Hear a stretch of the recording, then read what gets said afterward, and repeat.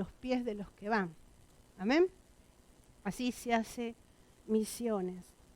Y es hermoso ser parte de la obra misionera como lo es Cristo Reina, y está comprobado estadísticamente que todas aquellas iglesias locales que trabajan en pro de la evangelización del mundo son prosperadas en muchas áreas, en el área espiritual, en el área física y en el área económica para la congregación, porque se comprometen a algo que Jesús dejó establecido. Amén.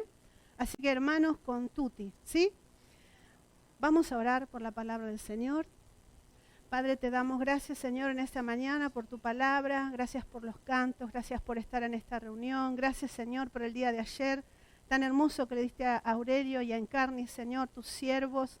Gracias, Señor, por lo que hemos podido estar. Gracias, Señor, por esta mañana también, por recuperar la fuerza, Señor. Gracias porque nuevas son tus misericordias cada mañana. Bendícela tu palabra, enséñanos en ella cuál es la verdad que nos debemos llevar en esta mañana, Padre. Y te damos gracias en el nombre de Jesús. Amén y amén. Y yo le puse al título de esta prédica, en caída libre. ¿Saben lo que es caída libre, no? Caer sin más. Este es el juguete de mi gato. Pero es esto, ¿no? En caída libre. Y hay una promesa del Señor que está en la palabra de Dios, en Proverbios 24:16, si usted me acompaña.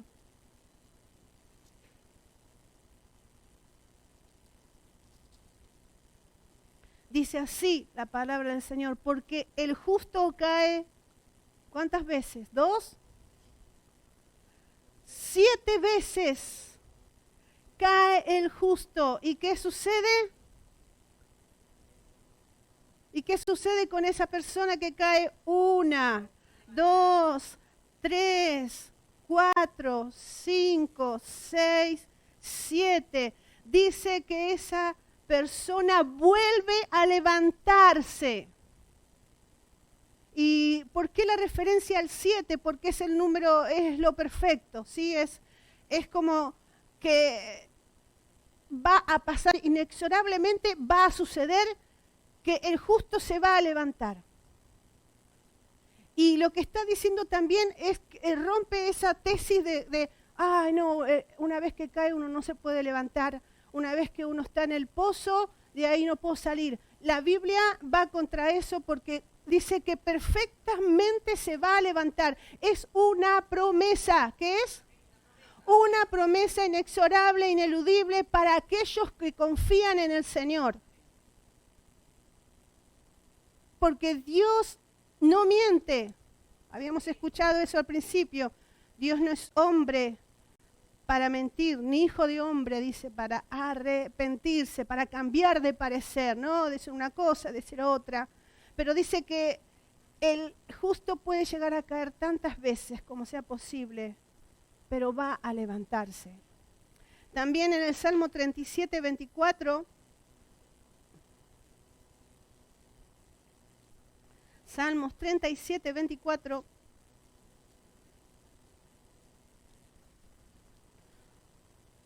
desde el versículo 23 dice, por el Señor son ordenados los pasos del hombre y el Señor se deleita en su camino. Cuando cayere, ¿qué dice? No quedará postrado, no quedará derribado, porque Jehová, ¿qué hace? Sostiene su mano. Porque Jehová sostiene su mano. Somos propensos a caer no por la ley de gravedad, sino porque ya cayó el hombre una vez en el huerto del Edén y nos contagió la caída hasta que Cristo venga. Amén. Estamos contagiaditos de la posibilidad de caer, siempre. Pero Jesucristo dice que fue levantado en la cruz, padeció muerte y muerte de cruz, y luego fue levantado de la muerte y resucitó. Y por haber resucitado, nosotros tenemos la garantía de ser siempre levantados por el Señor. Está esa garantía a nuestro favor. Salmo 145:4. Nuevamente vamos al Salmos ¿Querés en Salmo? Porque hay otro texto también en Salmo. 145:14. Dice, el Señor sostiene a quienes y levanta a los oprimidos. El Señor levanta. El Señor es el que hace poner de pie en la situación en la que uno esté. Y vamos a Salmo 55:22, un poco más al principio.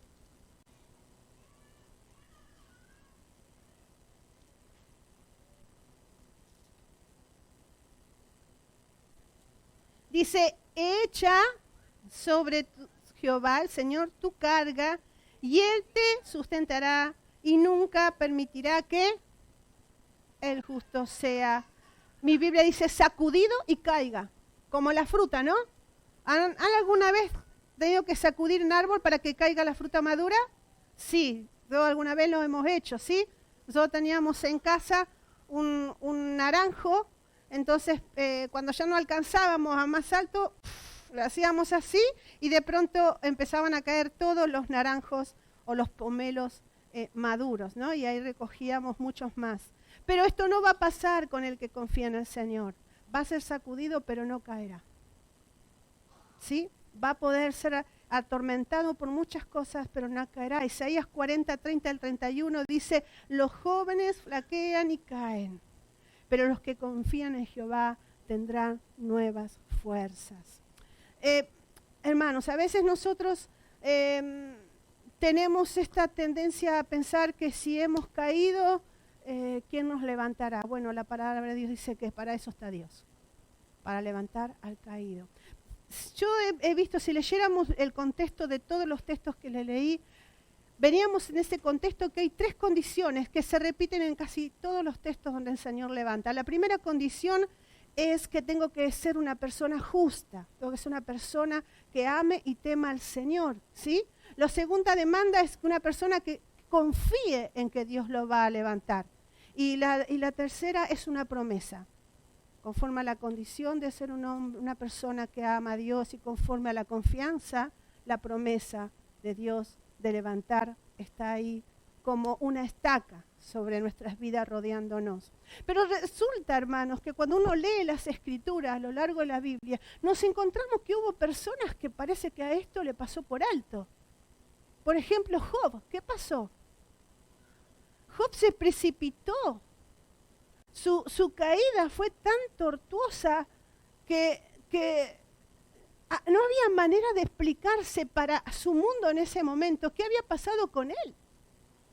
Lo que hoy nosotros sabemos y que Job ignoraba es que la prueba no era en sí para Job. No necesitaba probarle nada. Job no necesitaba probarle nada a Dios. La prueba era para Satanás que lo acusaba. Y la prueba era para aquellos que estaban a su alrededor. E incluso para sus 3 amigos.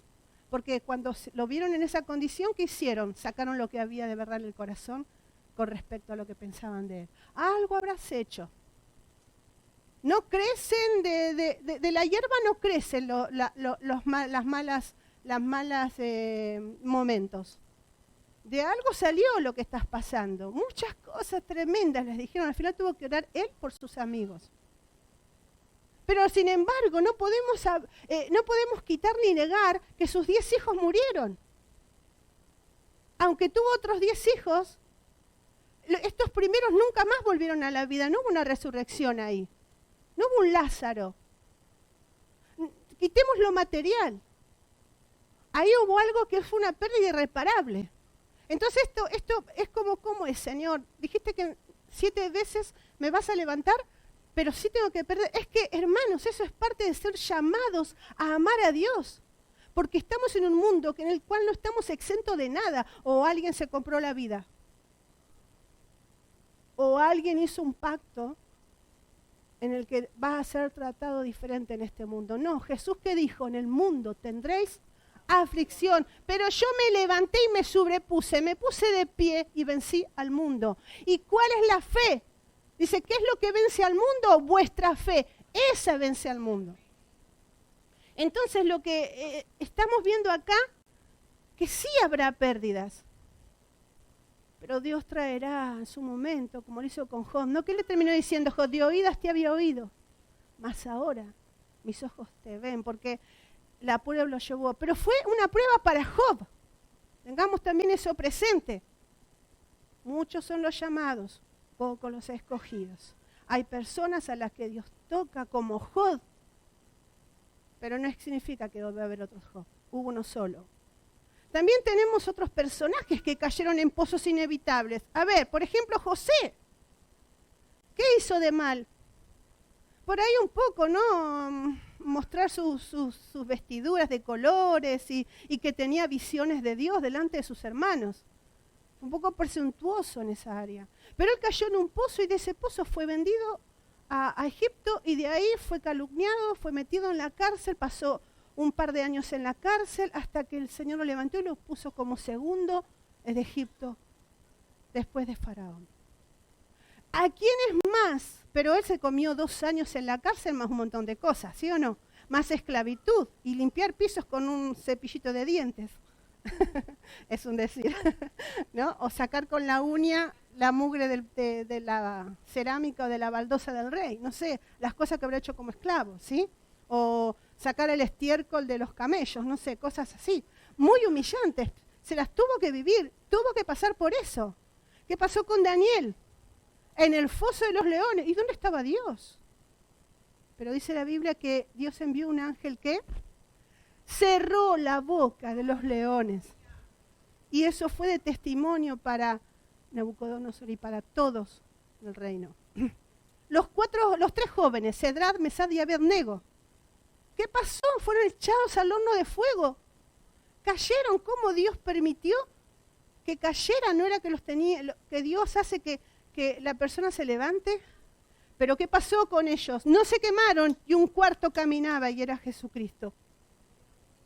Pues nosotros vemos todas las historias de ellos, pero eso no quita que sufrieron, eso no quita el momento, el minuto 1. Y el instante, el durante, porque uno puede tener un antes y un después, pero el durante hay que vivirlo, hermanos, ¿eh? El durante es dónde está la resistencia nuestra.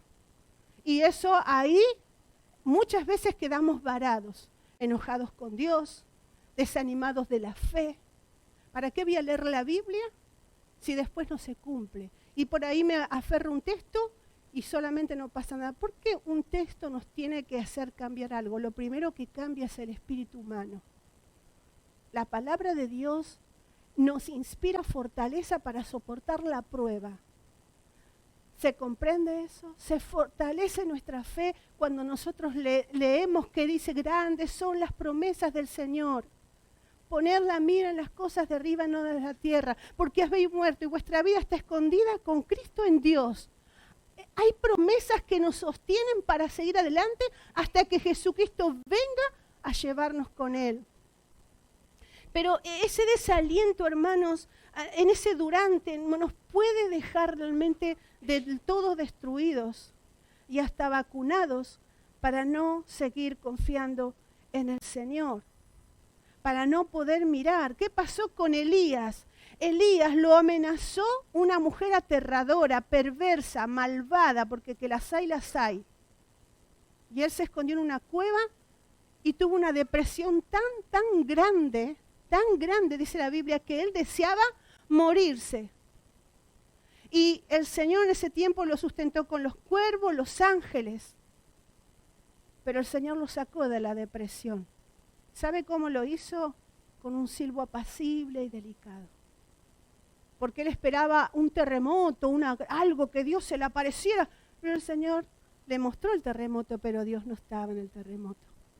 Dios estaba en el silbo apacible. En lo menos pensado está Dios.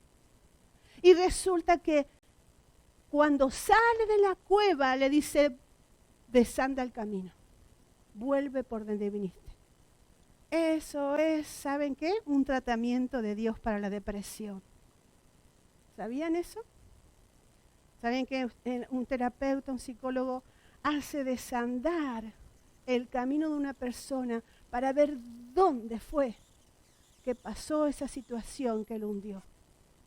A veces decimos, ay, yo no quiero traer el pasado porque dice el Señor, no, la Biblia dice, no traigan las memorias, las cosas pasadas en referencia a Israel de Egipto, que estaban pensando en los melones, en las cebollas y en los puerros de Egipto, y en la carne en las ollas de Egipto. Y Dios le decía, no traiga esas memorias, esas cosas, porque yo hago nueva todas. Yo te voy a sacar agua de una piedra y te voy a dar del cielo pan.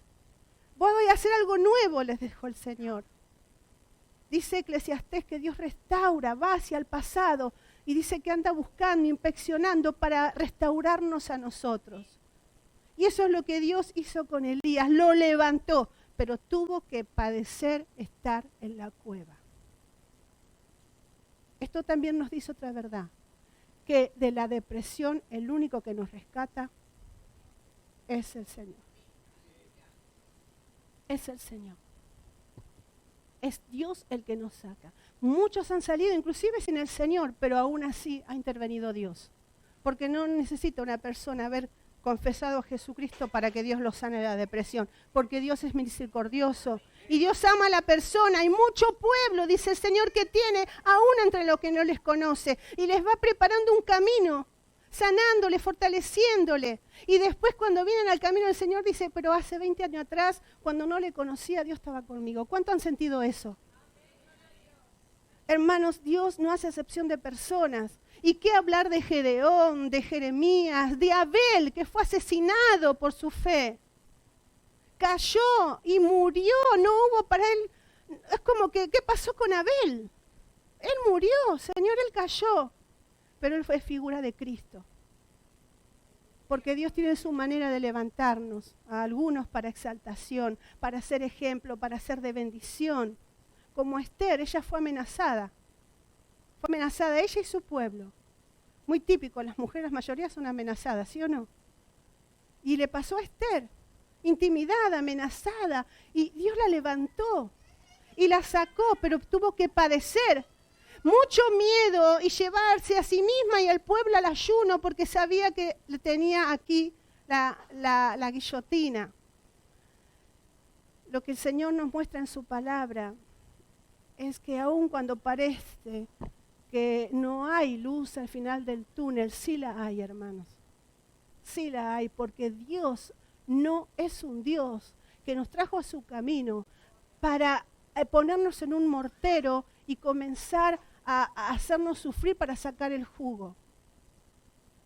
Es cierto que la Biblia dice, aún no habéis padecido hasta la sangre por causa de Cristo. Por eso yo a veces tengo mucho temor y digo, cuidado con los que se arrogan títulos, ¿sí? Cuidado con aquellas personas que se arrogan títulos. Y a veces no títulos así de pastor, sino de profeta, apóstol, patriarca, no sé, ¿no? Porque es necesario conocer a Jesucristo. Y cuando uno conoce a Jesucristo, hermanos, cuando uno realmente comienza una relación personal y de amor con Jesús, le voy a dar una mala noticia. Usted va a padecer. Usted va a padecer. Va a padecer por su fe. Usted va... No estoy quitándole la felicidad ni el gozo, porque eso va constante con nosotros. Pero vamos a padecer persecución. Lo dice la palabra del Señor. Por ser objetores de conciencia. ¿Qué es un objetor de conciencia? Aquel que dice, eso está mal. Está mal. Sí, pero no, está mal. ¿A cuántos hoy nos tapa un poco la boca decir que ciertas cosas que pasan en el mundo como normales no las podemos decir? Yo estoy en contra de la identidad de género y no me gusta el lenguaje inclusive. Les nenes, les bebés. No. Se es hombre y se es mujer. Más allá de la elección, cada uno es libre. No podemos juzgar eso porque eso lo juzgará Dios. Pero, a ver, hay cosas que nosotros no podemos aceptar. La educación que nuestros niños reciben en la escuela. La educación que el Estado está imponiendo a los pequeños para darle la vuelta a la cabecita, poner el cerebro de este lado para acá y este para atrás. Tenemos que ser objetores de conciencia y decir, esto no me gusta, no lo acepto, está mal. Pero no espere laureles, no espere, No, ¿sabe lo que le van a hacer? Le van a calumniar, insultar, hacer padecer y hasta enfermar. Pero no se preocupe, Cristo resucitó y la victoria la tenemos. Está a nuestro favor. Decir la verdad, ser auténtico, ser un cristiano que lleve el camino del Señor como corresponde, una vida de testimonio. No es fácil, no es gratis, hermanos, no es gratis. El que diga que es fácil, algo anda ahí que no anda muy bien, ¿verdad? Dice la palabra del Señor que en Mateo 21:44, acompáñenme, por favor. Mateo 21:44. A veces escribo mal los números y yo mismo no me entiendo, pero espero que esté bien. Dice la palabra del Señor: el que cayere sobre esta piedra será hecho pedazos, pero el quien caiga en ella lo esparcirá como polvo. El que caiga sobre esta piedra, dice, será quebrantado. Hermanos, cuando nosotros caemos sobre la roca que es Cristo. No vamos a evitar el quebranto, el llanto, la angustia, el sufrir, ¿sí? Caemos, sí, esto no se va a romper, pero si yo tuviese algo de vidrio o de cerámica, lo voy a resquebrajar o astillar. Pero el problema es cuando la piedra cae encima.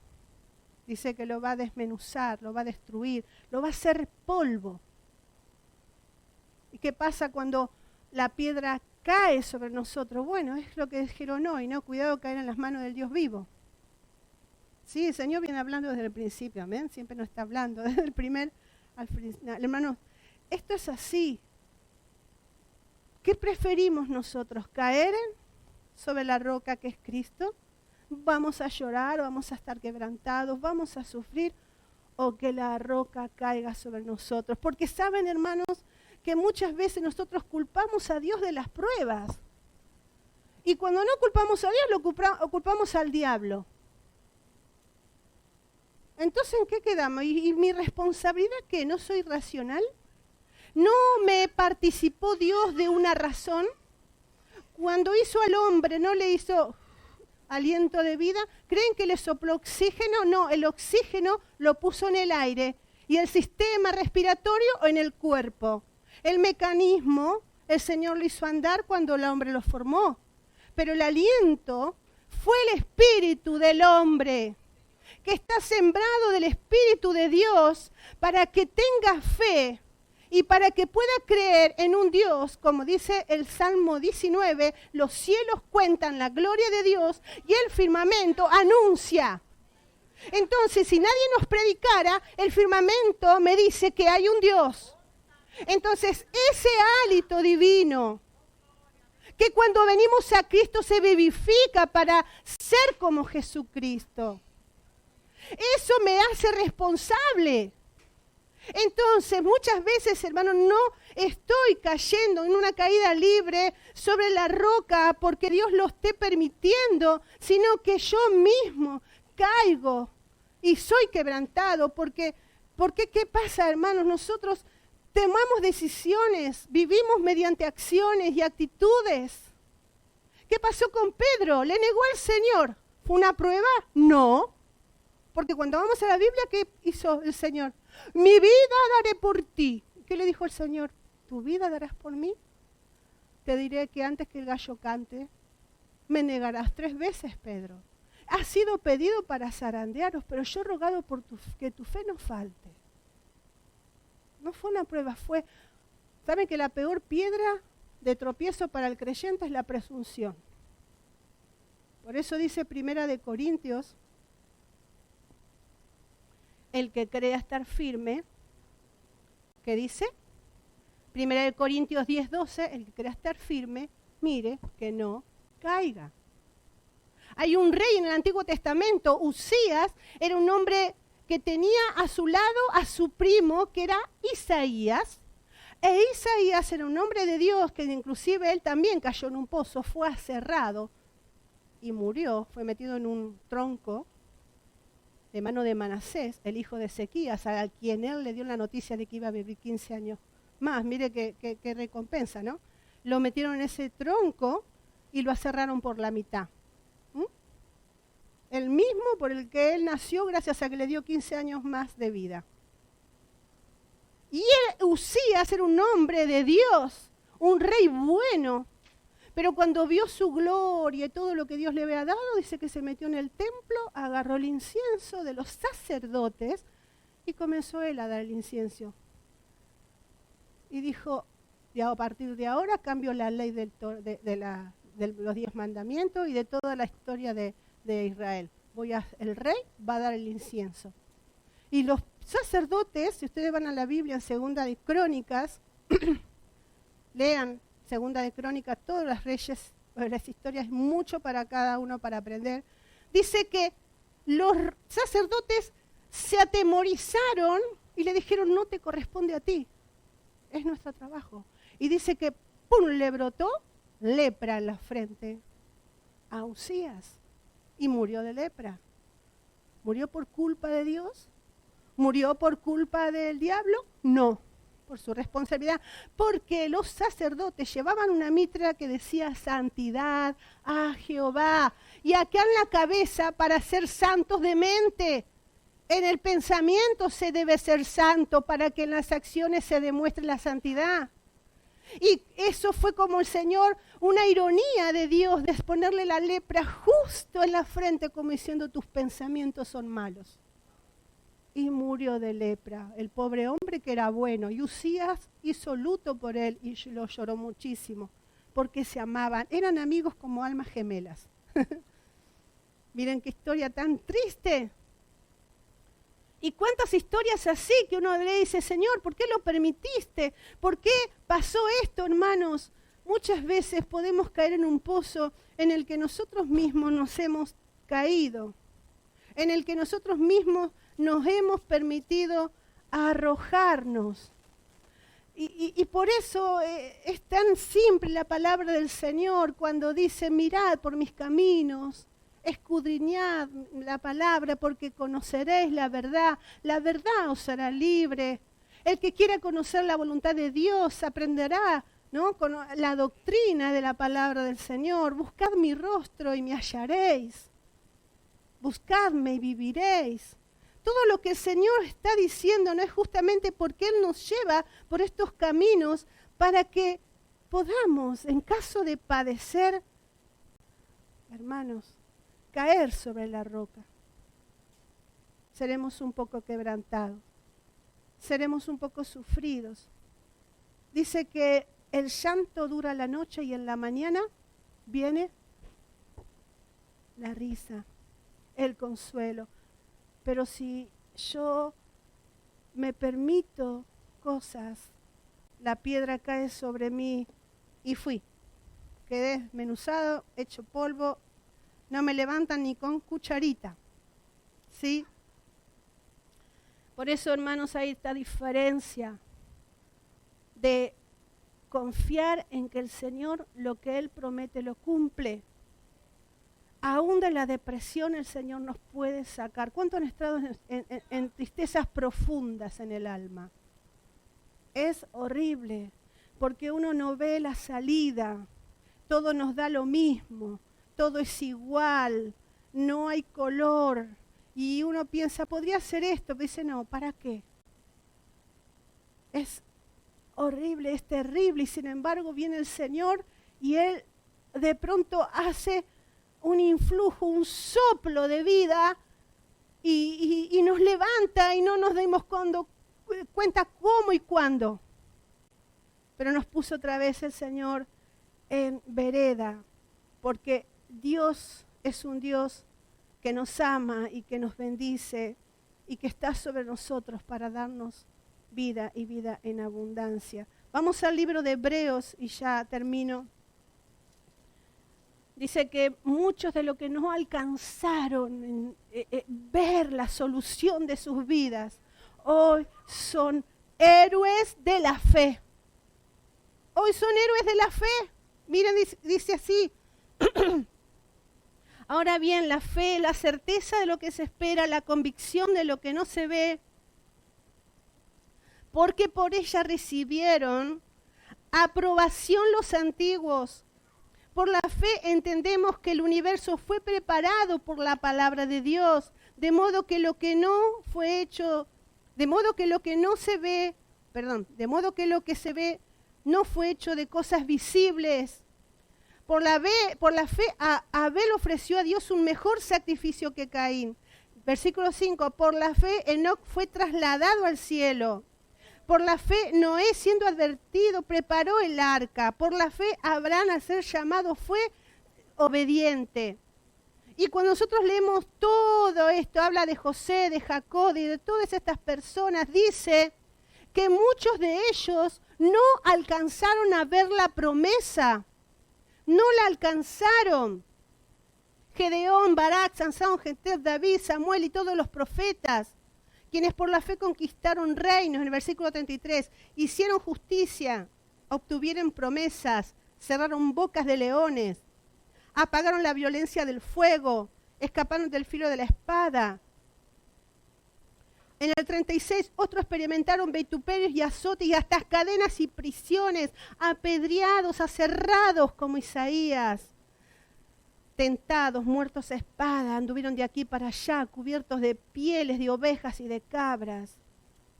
Todos estos, habiendo obtenido aprobación por su fe, no recibieron la promesa aparentemente, pero hermanos, están en una galería para hacernos de bendición. Y saben que ellos, sin saberlo, hicieron visible en el Antiguo Testamento a nuestro Señor Jesucristo, porque fueron ejemplos. Entonces, hermanos, la Biblia, volvamos a Proverbios 24. Cuando la palabra de Dios, cuando la Biblia, la palabra de nuestro Señor promete que Dios no dejará caído al justo, sino que lo levantará. Eso tiene que ser también un aliciente, un mensaje a mi corazón para creer que así sucederá. Y levantarme, porque hay una parte que tengo que hacer. No va a poseerme nada para yo levantarme y ponerme de pie. Hay una parte que tenemos que hacer y esa es la confianza en Dios y eso es determinarse. Dice Job, en Job, te determinarás una cosa y esta te será firme. Pero primero la determinación, porque en la decisión está el poder. Ay, no puedo dejar de fumar. Decidí dejar de fumar. Decidí. Cuando te decidas, el primer día te va a costar, pero en la próxima intención, el poder de la decisión te va a mantener firme, porque del veneno el antídoto. Del veneno el antídoto. Estoy mal, no puedo salir, a levantarse, a proponérselo, porque Dios no miente. 7 veces caerá, dice, 7 veces lo levantaré. No quedará caído el justo. Amén. No quedará caído el justo. No temas ser como Gedeón, Job. No. Ellos fueron llamados con un propósito para estar hoy en la galería de la fe. Nosotros estaremos en otra galería. Estaremos quizá en la galería de haber vencido al mundo en esta época tan difícil. Padre, te damos gracias por tu palabra, Señor. Gracias, Señor, porque aquí estamos. Abra sus brazos y dígale, acá estamos, Señor, para poder tener una caída libre. Dígale, Señor, para tener una caída libre, sabiendo que abajo me vas a recibir. Que no voy a caer en el suelo, voy a caer en la roca que es Jesucristo. Voy a salir un poco quebrantado y sufriente, pero dice la Biblia que este pequeño y momentáneo peso de gloria